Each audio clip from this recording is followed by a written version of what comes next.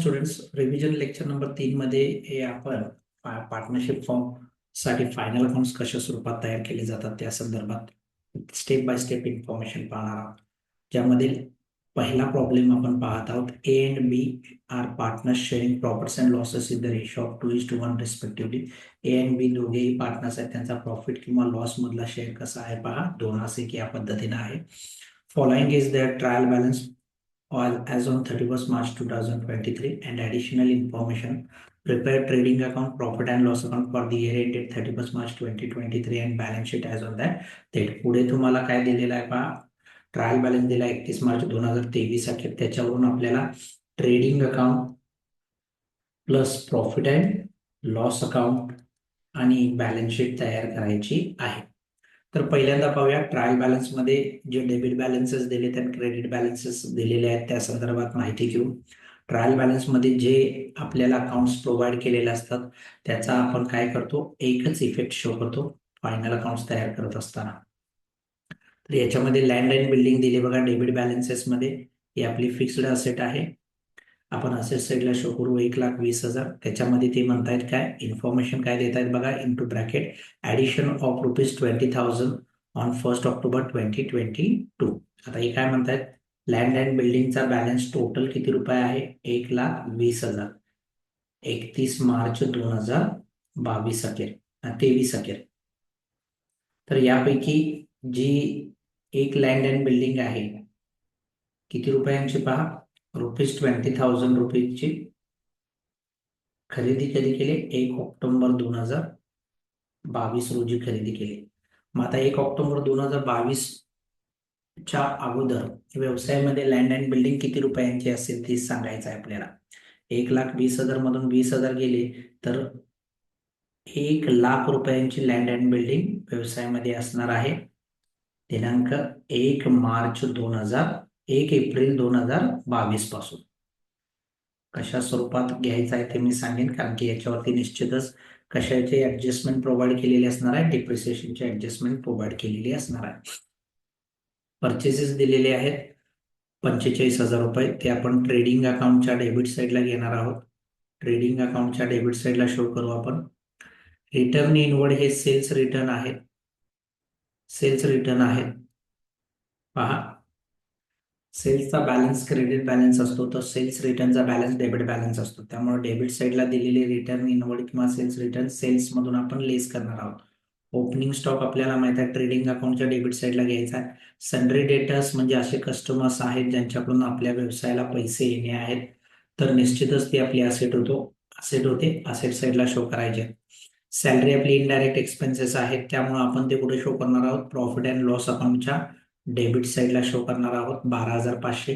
Wedges आपले direct expenses आहेत, त्यामुळे ते कुठे शो करणार आहोत आपण, ट्रेडिंग अकाउंटच्या डेबिट साईडला. Coal, gas, oil and water 1,200 रुपये हे आपण शो करणार आहोत ट्रेडिंग अकाउंटच्या डेबिट साईडला, कारण की ते डायरेक्ट एक्सपेन्सेस आहेत. प्रिंटिंग अँड स्टेशनरी आपली इनडायरेक्ट एक्सपेन्सेस आहे, कुठे शो करू आपण, प्रॉफिट अँड लॉस अकाउंटच्या डेबिट साईडला. ऑफिस रेंट देखील आपले इनडायरेक्ट एक्सपेन्सेस आहेत, प्रॉफिट अँड लॉस अकाउंटच्या डेबिट साईडला शो करू आपण 3,300. इंटरेस्ट डेबिट साईडला दिलेले आहेत, इनडायरेक्ट एक्सपेन्सेस आहेत, प्रॉफिट अँड लॉस अकाउंटच्या डेबिट साईडला 750 रुपये आपल्याला नोंदवायचे. ड्रॉइंगच्या अमाऊंट आपण काय करणार आहोत, पार्टनर्स कॅपिटल अकाउंटच्या डेबिट साईडला घेणार आहोत. ए चे 3,000 आणि बी चे 2,000 किंवा कॅपिटल मधून लेस करणार आहोत. कॅश इन हँड आपली असेट आहे 800 रुपये, आपण ते असेट साईडला शो करू. कॅश ॲट बँक देखील आपली असेट आहे, ती आपण बॅलन्स शीटच्या असेट साईडला शो करणार आहोत. प्लांट अँड मशिनरी देखील असेट आहे, ती आपण बॅलन्स शीटच्या असेट साईडला शो करू. तर पहा डेबिट साईडचे जे अकाउंट्स आहेत, एक तर ट्रेडिंग अकाउंटच्या डेबिट साईडला किंवा प्रॉफिट अँड लॉस अकाउंटच्या डेबिट साईडला किंवा बॅलन्स शीटच्या असेट साईडला शो होतील. सेल्स आपण ट्रेडिंग अकाउंटच्या क्रेडिट साईडला शो करणार आहोत, कारण की ते डायरेक्ट इन्कम आहे. रिटर्न इनवर्ड, रिटर्न आउटवर्ड हे काय आहेत, परचेस रिटर्न आहेत. परचेसेसचा बॅलन्स हा डेबिट बॅलन्स असतो, तर परचेस रिटर्नचा बॅलन्स हा क्रेडिट बॅलन्स असतो. 2,000 रुपये ते परचेसेस मधून आपण लेस करू. कॅपिटल अकाउंट दिलेला आहे, ए चे कॅपिटल आहे 50,000 रुपये आणि बी चे कॅपिटल आहे 50,000 रुपये. एक तर आपण पार्टनर्स कॅपिटल अकाउंट ओपन करू आणि क्रेडिट साईडला हे बॅलन्स ब्रॉट डाऊन करून घेऊ.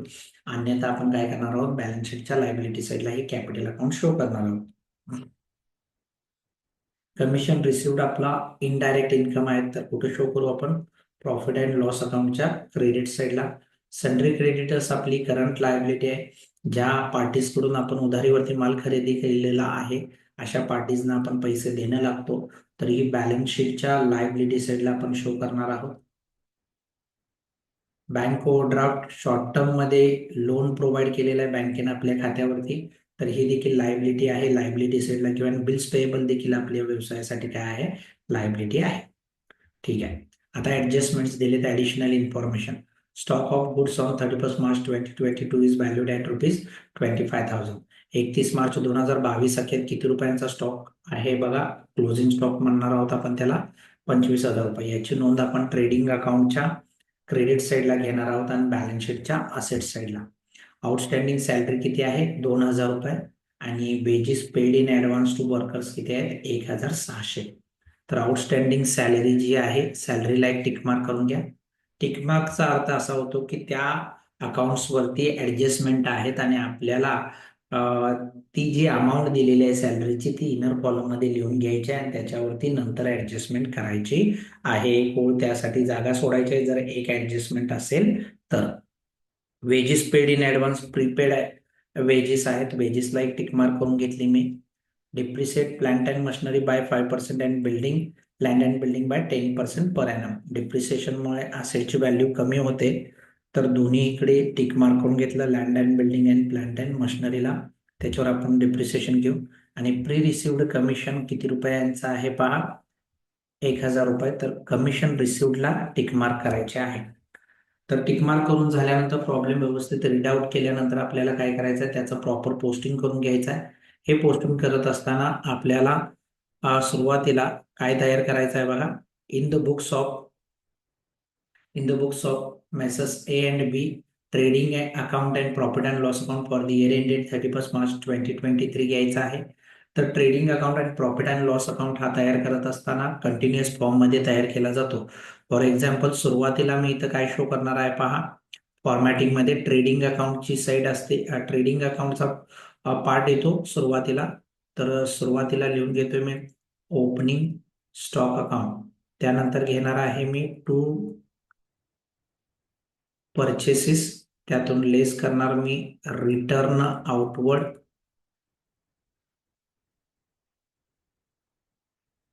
क्रेडिट साईडला लिहायचे आहेत आपल्याला बाय सेल्स. बाय डिफॉल्ट या सर्व गोष्टी तयार करूनच घ्यायच्या आहेत आपल्याला. त्यातून लेस करायचे आहेत रिटर्न इनवर्ड. त्याच्या व्यतिरिक्त ट्रेडिंग अकाउंटच्या क्रेडिट साईडला सेल्स नंतर लेस रिटर्न इनवर्ड केल्यानंतर एक 4 ते 5 ओळी सोडून आपल्याला काय लिहायचं आहे? By closing stock. फॉर्मॅटिंग मध्ये एक खूप महत्वाचं आहे. इथं माझी काय येईल? टोटल येईल. बॅलन्सिंग करेन मी ट्रेडिंग अकाउंट साठीचा. तर याच्या खालून आपला काय तयार होणार आहे? याचा जो बिलो पार्ट आहे तो आपला प्रॉफिट अँड लॉस अकाउंट असेल आणि हा अबो पार्ट आहे तो ट्रेडिंग अकाउंट राहणार आहे, ज्याच्यामध्ये आपण इथं डायरेक्ट एक्सपेन्सेस नोंदवणार. इथं आपण नोंदवताना इनडायरेक्ट एक्सपेन्सेस नोंदवणार आहोत. इथं डायरेक्ट इन्कम्स नोंदवणार आहोत, प्रत्यक्ष उत्पन्न. आणि इथं नोंदवत असताना आपण इनडायरेक्ट इन्कम्स नोंदवणार आहोत. लक्षात ठेवा. ट्रेडिंग अकाउंट का तयार केला जातो? ग्रॉस प्रॉफिट किंवा ग्रॉस लॉस शोधण्यासाठी.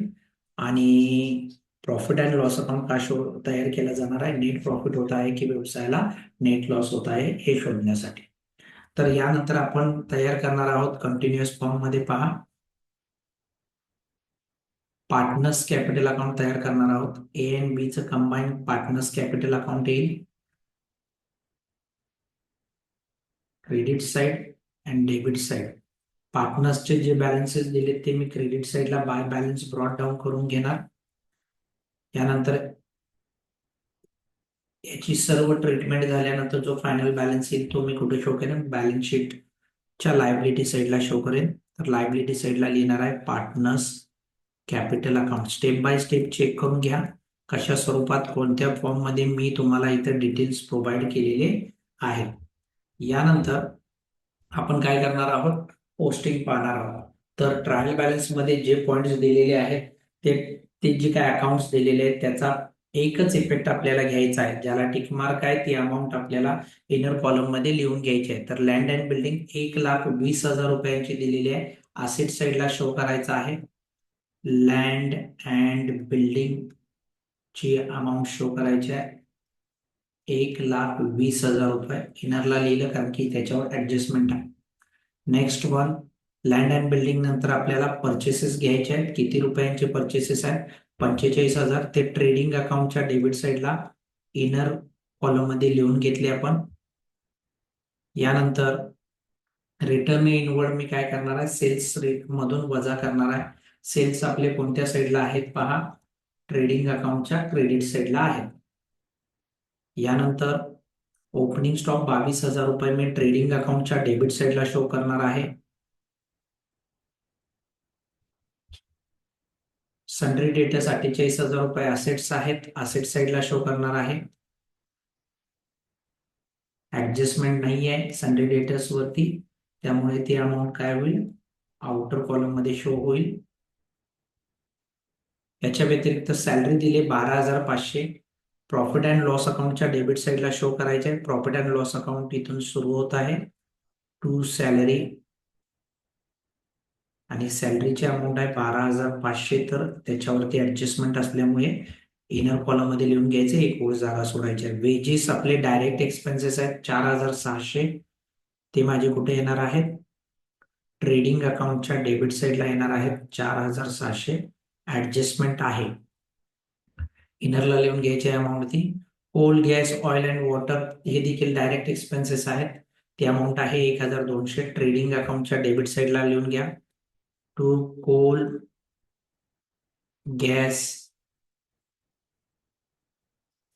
अँड वॉटर अमाऊंट किती आहे चेक करून घेऊया आपण त्याची. Coal, gas, oil and water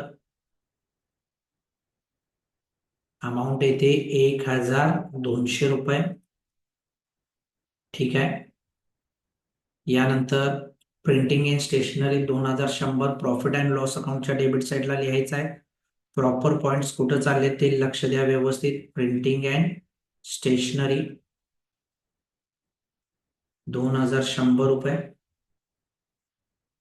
office rent आपल्याला 3,300 रुपये नोंद करायचे आहेत. ज्याच्यावर ऍडजस्टमेंट नाही आहे, टिक मार्क नाही, त्यांना आउटर कॉलम मध्ये लिहून घ्यायचं आहे. ऑफिस रेंट झाल्यानंतर इंटरेस्ट आहे, इंटरेस्टची व्हॅल्यू आपल्या समोर आहे, उपलब्ध आहे, त्यांनी दिलेली 750 रुपये.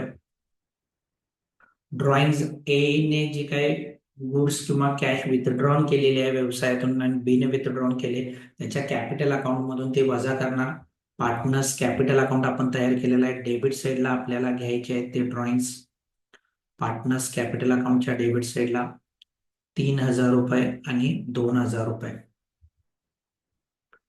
प्रॉपर पोस्टिंग पहा, कॅश इन हँड 800 रुपये आहेत आणि कॅश ॲट बँक 900, दोन्हीही असेट आहेत. Cash in hand 800 rupees, cash at bank 900 rupees. आणि त्याचबरोबर नंतर आपल्याला त्याने काय प्रोव्हाइड केलेलं आहे, प्लांट अँड मशिनरी प्रोव्हाइड केलेली आहे. तिची व्हॅल्यू किती दिली पाहू, प्लांट अँड मशिनरीची 25,000 रुपये. त्याच्यावर ऍडजस्टमेंट असल्यामुळे इनरला लिहून घ्यायची ऍडजस्टमेंट. ओके तर आता क्रेडिट साइड पाहायचे आहेत आपल्याला. आतापर्यंत आपण डेबिट साइडचे जे काय आयटम्स आहेत, जे अकाउंट्स आहेत, त्यांना पोस्ट करून घेतले. सेल्स आपले डायरेक्ट इन्कम आहे. ट्रेडिंग अकाउंटच्या क्रेडिट साइडला बाय सेल्स अकाउंट 1,00,000 रुपये, त्यातून सेल्स रिटर्न वजा होतील. नेट सेल्स माझे किती येणार आहेत, 99,000 रुपये, 99,000. ट्रेडिंग अकाउंटच्या क्रेडिट साइडला आउटर कॉलम मध्ये ते दिसतील. त्यानंतर रिटर्न आउटवर्ड हे परचेसेस मधून लेस होतील. परचेसेस आपण डेबिट साइडला घेतलेले आहेत. ट्रेडिंग अकाउंटच्या 45,000 मधून 2,000 लेस केले आपण, किती अमाऊंट आली, 43,000. कॅपिटल दिले, याचं कॅपिटल 50,000, बीचं कॅपिटल 50,000. कॅपिटल लायबिलिटी आहे, लायबिलिटीचा बॅलन्स क्रेडिट बॅलन्स असतो, त्यामुळे पार्टनर्स कॅपिटल अकाउंटच्या क्रेडिट साइडला बाय बॅलन्स ब्रॉड डाऊन मध्ये एचं कॅपिटल 50,000 आणि बीचं कॅपिटल 50,000 रुपये लिहून घ्यायचं आहे आपल्याला. यानंतर कमिशन रिसिव्ड आपलं इनडायरेक्ट इन्कम आहे. 2,000 रुपये आपल्याला commission received profit and loss अकाउंटच्या क्रेडिट साईडला लिहून घ्यायचे आहेत. ऍडजस्टमेंट असल्यामुळे आपण काय करणार आहोत, त्याच्यामध्ये इनरला ती अमाऊंट लिहून घेणार आहोत, 2,000 रुपये. कमिशन रिसिव्ड नंतर सन्ड्री क्रेडिटर्स, बँक ओव्हरड्राफ्ट आणि बिल्स पेबल, तिन्ही काय आहेत, या माझ्या लायबिलिटी आहेत. सन्ड्री क्रेडिटर्स, बँक ओव्हरड्राफ्ट आणि बिल्स पेबल, या तिन्ही लायबिलिटी आहेत. आय थिंक दॅट 48,000, 28,000 अँड 12,150 अशी अमाऊंट दिलेली आहे. चेक करू परत एकदा आपण. 48,000, 28,000 अँड 12,150. आता जे अकाउंट्स दिले ते सर्वच्या सर्व डेबिट बॅलन्सेस आणि क्रेडिट बॅलन्सेस यांचं पोस्टिंग करून झालेलं आहे. आपल्याला काय करायचं आहे, याचे इफेक्ट्स घ्यायचे आहेत, ऍडजस्टमेंटचे इफेक्ट्स पाहायचे आहेत. आणि ऍडजस्टमेंटचे इफेक्ट्स घेत असताना आपल्याला दोन ठिकाणी इफेक्ट्स घ्यायचे आहेत. तो क्लोजिंग स्टॉक किती रुपयांचा आहे पहा, 45,000 रुपयांचा आहे. Just 1 minute. तर 25,000 रुपयांचा आहे, त्याची नोंद घेणार आहे मी ट्रेडिंग अकाउंटच्या क्रेडिट साईडला आणि बॅलन्स शीटच्या असेट साईडला. 25,000 रुपये ट्रेडिंग अकाउंटच्या क्रेडिट साईडला नोंदवला आणि बॅलन्स शीटच्या असेट साईडला नोंदवणार आहे मी क्लोजिंग स्टॉक. अमाऊंट आहे बाळांनो 25,000 रुपीज. अतिशय सोपा भाग आहे. ही ऍडजस्टमेंट 101% विचारलीच जाते. आउटस्टँडिंग सॅलरी किती आहे, 2,000 रुपये. आउटस्टँडिंग सॅलरीचा अर्थ काय आहे, खर्च. सॅलरी पोटी खर्च झालेला आहे, परंतु पैसे देणे आहेत. सॅलरी पोटी खर्च झाला पण पैसे देणे आहेत. पहिलं काम करा, सॅलरीमध्ये आउटस्टँडिंग सॅलरी काय करा, ऍड करून घ्या. ऍड आउटस्टँडिंग अमाऊंट 2,000 रुपये ऍड केली आपण. 12,500 मध्ये 2,000 ऍड केल्यानंतर झाले 14,500. आता पैसे देणे आहेत म्हणजे आपली लायबिलिटी होणार, त्यामुळे सेकंड इफेक्ट शो करायचा आपल्याला बॅलन्स शीटच्या लायबिलिटी साईडला. आउटस्टँडिंग सॅलरी किती रुपये आउटस्टँडिंग सॅलरी आहे, 2,000 रुपये. यानंतर wages paid in advance. Wages paid in advance to workers किती आहे, 1,600. याला आपण म्हणू प्रीपेड वेजेस.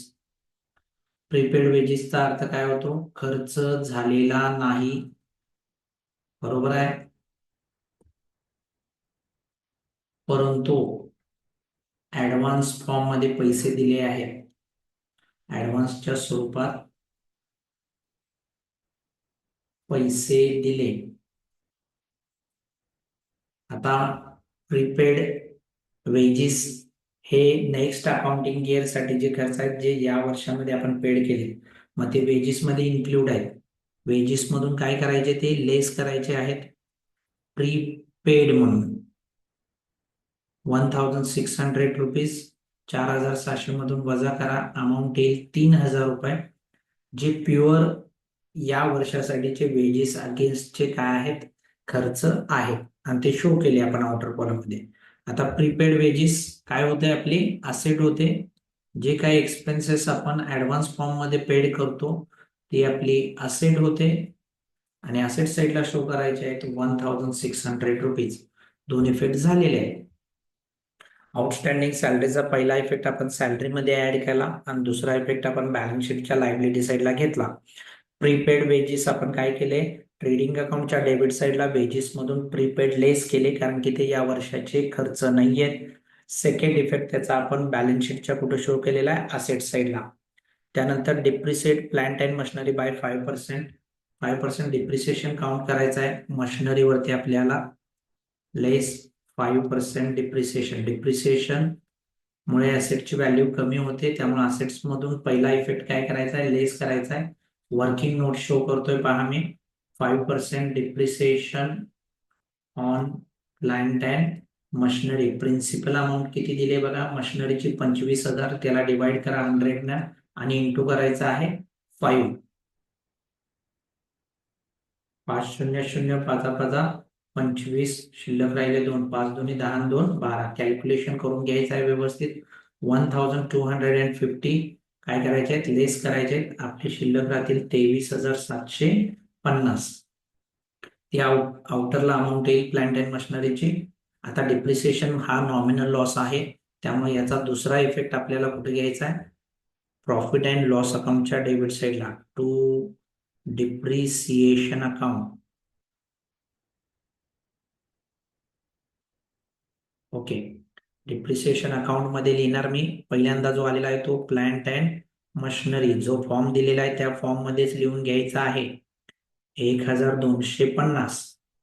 याच्या व्यतिरिक्त त्यांनी काय सांगितलेलं आहे 10% डिप्रिसिएशन कशावर दिलं आहे लँड अँड बिल्डिंग वरती. आता लँड अँड बिल्डिंगच्या बाबतीत व्यवस्थित पाहायचं आहे working note second 10% depreciation on land and building. तर आपल्या व्यवसायामध्ये टोटल लँड अँड बिल्डिंग किती रुपयांचे आहे 1,20,000चे आहे. त्यापैकी ओल्ड किती आहे न्यू किती आहे ते पाहू. ओल्ड म्हणजे जी पहिल्यापासून आहे 1 एप्रिल 2022 पासून आहे आणि न्यू जी खरेदी केली ती 1 ऑक्टोबर 2022 रोजी खरेदी केली ती किती रुपयांची आहे 20,000 रुपयांची आहे. तर 1,20,000ची अमाऊंट ही 31 मार्च 2023 अखेर आहे. तर 1 ऑक्टोबर 2022 जर आपण 20,000 रुपयांची लँड अँड बिल्डिंग खरेदी केलेली असेल तर 1 ऑक्टोबर पूर्वी आपल्या जवळ किती लँड अँड बिल्डिंग असणार आहे व्यवसायात तर निश्चित लक्षात ठेवा त्या 1,00,000तून हे 20,000 रुपये वजा करा. किती रुपयांची असणार आहे सुरुवातीपासूनची लँड अँड बिल्डिंग व्यवसायात 1,00,000 आणि याच्यामध्ये 20,000ची लँड अँड बिल्डिंग आपल्याकडं 1 ऑक्टोबरला खरेदी केली त्या 1,00,000मध्ये हे 20,000 ऍड झाल्यानंतर 31 मार्च 2023 अखेर आपल्या जवळ व्यवसायामध्ये ट्रायल बॅलन्स मध्ये 1,20,000ची लँड अँड बिल्डिंग झाली. हे आपण फोड का करून घेतलेलं आहे हे डिव्हिजन करून का घेतलेलं आहे कारण की आपल्याला डिप्रिसिएशन याच्यावरती 1 इयर साठी घ्यायचं आहे आणि याच्यावरती आपल्याला डिप्रिसिएशन 6 मंथ्स साठी घ्यायचं आहे. तर 1,00,000वरती डायरेक्ट काय करा कॅल्क्युलेट करा 10% वर्षभराचं किती येईल शॉर्ट फॉर्म मध्ये घेतलं तर 10,000 रुपये येईल आणि 20,000 वरती आपल्याला एका वर्षाचं डिप्रिसिएशन किती येईल 2,000 येईल. याच्यामध्ये सेम आपण काय करणार आहोत काउंट करून घेणार आहोत 2,000 रुपये जे आलेले आहे ते पर ॲनमचं आहे त्या 2,000 ला डिवाइड करणार नाही मी 12ने कारण की वर्षाचे महिने 12 गुणिले 7/1 म्हणजेच थोडक्यात 6 के 7 2 भाग दिला. सगळं व्हॅलिड फॉर्म मध्ये आपल्याला काय करायचं आहे कॅल्क्युलेशन द्यायचे आहेत. आपण डायरेक्ट करू शकतो 2,000च्या निम्मे आपण 6 महिन्याचे किती येणार आहेत 1,000 पण वे ऑफ द प्रेझेंटेशन मध्ये आपल्याला ते दाखवावं लागेल. तर 6 मंथचं डिप्रिसिएशन आपल्या समोर आलेलं आहे किती 1,000 आणि 1 इयरचं डिप्रिसिएशन आपल्याजवळ किती आलेलं होतं बघा 10,000 रुपये आलेलं होतं. चेक करून घ्या हे 10,000 रुपये आहे 1 इयरचं आणि 6 मंथचं ऍडिशनल लँड अँड बिल्डिंग वरती 1,000 असे दोघेही जोडले तर किती रुपये डिप्रिसिएशन आला आपला 11,000 रुपये. तर ते 11,000 रुपये माझे डिप्रिसिएशन लँड अँड बिल्डिंग मधून 10% डिप्रिसिएशन म्हणून लेस होतील. वर्किंग नोट नेसेसरी आहे ती मेंटेन करावी लागेल आपल्याला व्यवस्थित द्यावी लागेल कसं कॅल्क्युलेट केलंय हे दाखवावं लागेल एक्झामिनरला शो करावं लागेल. 1,20,000 मधून 11,000 गेले 1,09,000 रुपये. याचाही सेकंड इम्पॅक्ट मी कसा घेणार आहे प्रॉफिट अँड लॉस अकाउंटच्या डेबिट साईडला डिप्रिसिएशन हेडिंग खाली प्लांट अँड मशिनरी घेतले तिथंच मी काय खाली काय करणार आहे लँड अँड बिल्डिंग शो करणार आहे आणि ती अमाऊंट माझी किती आली 11,000 याची किती होती 1,250 तर 12,250 ही अमाऊंट येते. 12,250 ही काय येते व्हॅल्यू येते. याच्या व्यतिरिक्त आपण काय करणार आहोत आता pre received commission. Pre received कमिशनचा अर्थ आहे प्री रिसिव्ड इन्कम. हे काय असतात income for the next year next accounting year साठीचे इन्कम असतात. ते करंट इयर मध्ये काय झालेले असतात सांगा बघ्या रिसिव्ड झालेले असतात. करंट इयर मध्ये काय झाले ते रिसिव्ड झालेत. करंट इयरच्या कमिशन मध्ये हे इन्क्लूड आहेत. तर मी काय करणार, हे नेक्स्ट इयर साठीचे इन्कम आहेत, त्यामुळं कमिशन रिसिव्ड मधून ही अमाऊंट मी लेस करणार आहे. लेस प्री रिसिव्ड लिहिणार. काय लिहिणार? Pre received. ऍडव्हान्सच्या फॉर्म मध्ये आपण पैसे घेतले, 2000 मधून 1000 वजा करा, अमाऊंट किती आली? 1000 आउटर कॉलम मध्ये. आणि ज्या वेळेला प्री रिसिव्ड म्हणजे ऍडव्हान्स फॉर्म मध्ये आपण इन्कम घेतो त्यावेळेला ती आपल्यासाठी लायबिलिटी होते. तर लायबिलिटी साईडला शो करायचं आहे आपल्याला प्री रिसिव्ड इन्कम. म्हणजे कोणते आहेत प्री रिसिव्ड इन्कम? कमिशन आहेत. तर लिहायचं कमिशन प्रॉपर किती आहे ते 1000. तर या सर्व ऍडजस्टमेंट आपण कंप्लीट केलेले आहेत. यानंतर आपण काय पाहणार आहोत बघा, कशा स्वरूपात बॅलन्सिंग करायचं आहे. म्हणजे ट्रेडिंग अकाउंट पहिल्यांदा मी क्लोज करणार, त्यानंतर मी profit and loss account close करणार, आणि त्यानंतर मी काय करणार आहे, balance partners capital account close करून बॅलन्स शीट क्लोज करेन. तर 99,000 मध्ये हे 25,000 ऍड करायचे. जी मोठी येते टोटल ती दोन्हीकडे लिहितो, हा रूल आपल्याला माहित आहे. तर क्रेडिट साइड मोठी येत आहे, त्यामुळे मी काय लिहिणार आहे, to gross profit carried down. Gross profit येत आहे असं कन्सिडर करणार. डेबिट साईडची टोटल किती येते बघा, 43 and 22 65,000 68 69,200. 1,24,000 मधून आपल्याला काय करायचे, 69,200 मायनस करायचे. 008 14 मधून 10 गेले 4, 7 गेले 5. तर किती येणार आहे बघा, 54,800 रुपये हे आपले ग्रॉस प्रॉफिट आले. आणि ग्रॉस प्रॉफिट मी काय करत आहे, प्रॉफिट अँड लॉस अकाउंटच्या क्रेडिट साइडला ब्रॉड डाऊन करून घेत आहे. By gross profit brought down 54,800. यानंतर हा प्रॉफिट अँड लॉस अकाउंट आहे. इथं आपण काय करणार आहोत बघा, क्रेडिट साईडची टोटल आणि डेबिट साईडची टोटल करणार आहोत. ज्याच्यामध्ये जी मोठी आहे ती मी काय करून घेणार आहे, जी मोठी आहे ती दोन्हीकडे लिहून घेणार आहोत. इथे खाली आपण कंटिन्यू करत आहोत. 54,800 होते, त्याच्यामध्ये 1000 मिळवले, 55,800 झाले आणि 55,800 झाले हे. तर डेबिट साईडची टोटल ही किती येते ते चेक करूया आपण. 0, 5 आणि 5 10, 1 राहिला, 1 आणि 5 6 आणि 1 7 आणि 3 10 आणि 7 17 आणि 2 19 ओव्हरली कॅल्क्युलेट करायचे ते. 1 आणि 4 5 आणि 2 7 आणि 3 10 आणि 2 12, 1 आणि 1 2 आणि 1 3. 32,900 माझे काय झालेत, हे खर्च झालेले आहेत, इनडायरेक्ट एक्सपेन्सेस. तर 55,800 मधून 32,900 काय करायचे, वजा करायचे. 0 18तून 9 गेले 9, 5तून 3 गेले 2 आणि 5तून 3 गेले 2. 22,900 हा आपला काय राहतोय सांगा, नेट प्रॉफिट येत आहे. टू काय लिहिणार आहे मी, नेट प्रॉफिट.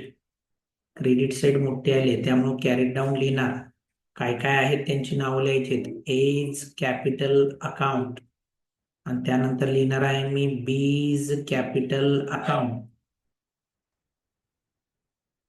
हे 22,900 रुपये मला 2/1 या हिस्स्यामध्ये वाटायचे आहेत. त्यासाठीची वर्किंग नोट नंबर माझी 3 येईल. Distribution of net profit 22,900. 2 असे 3 सत्ते 21,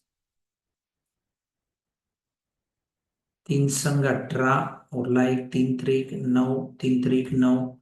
किती अमाऊंट येते, 7,633.33. त्याच्यामध्ये पहिला पार्टनर जो आहे ए, 7,633.33 गुणुले त्याचे हिस्से 2 आहेत, 2 न गुणायचं, बेत्रिक 6, बेत्रिक 6 पॉईंट ठेवा, बेत्रिक 6 बेत्रिक 6, बेसक 1202 शिल्लक राहिला 1, बेसाठी 14 आणि 1 15.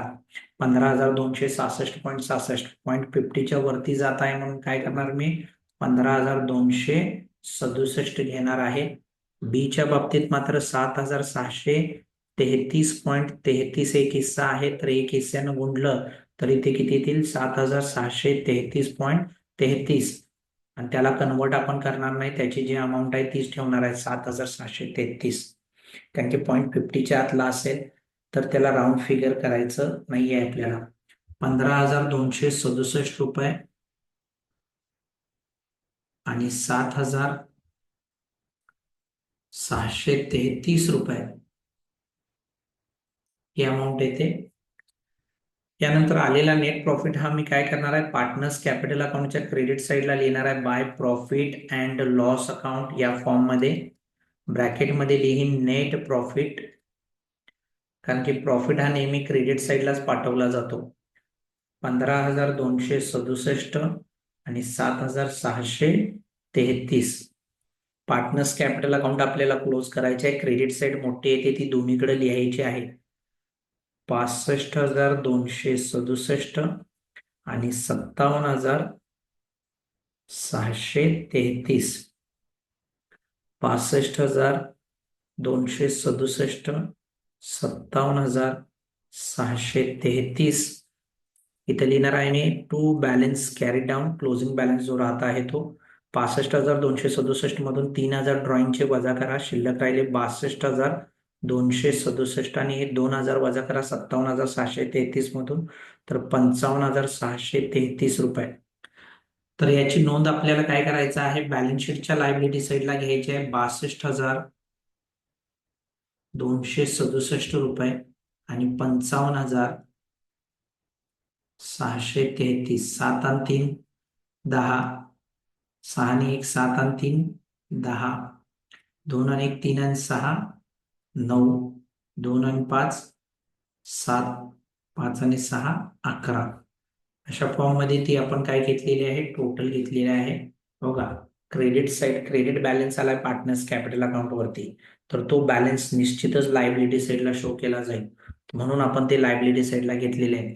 या दोन्ही साईड इक्वल आल्या तर निश्चितच आपण जे काही कॅल्क्युलेशन केलेलं आहे ते बरोबर आहे, जे काही पोस्टिंग केलेलं आहे ते बरोबर आहे असं कन्सिडर करण्यात येईल. पहिली संख्या 0 आहे, दुसरी संख्या आपल्या समोर आहे 5, तिसरी संख्या 9 आणि 1 10, चौथी संख्या 7 आणि 1 8, 8 आणि 8 16 आणि 8 24 आणि 2 26 आणि 2 28 आणि 1 29, शिल्लक राहिले 2 आणि 1 3 आणि 4 7 आणि 2 9 आणि 1 10, 10 0 1 आणि 1 2, 2,09,050 येथे लायबिलिटी साईडची टोटल. असेट साईडची टोटल पाहूया 0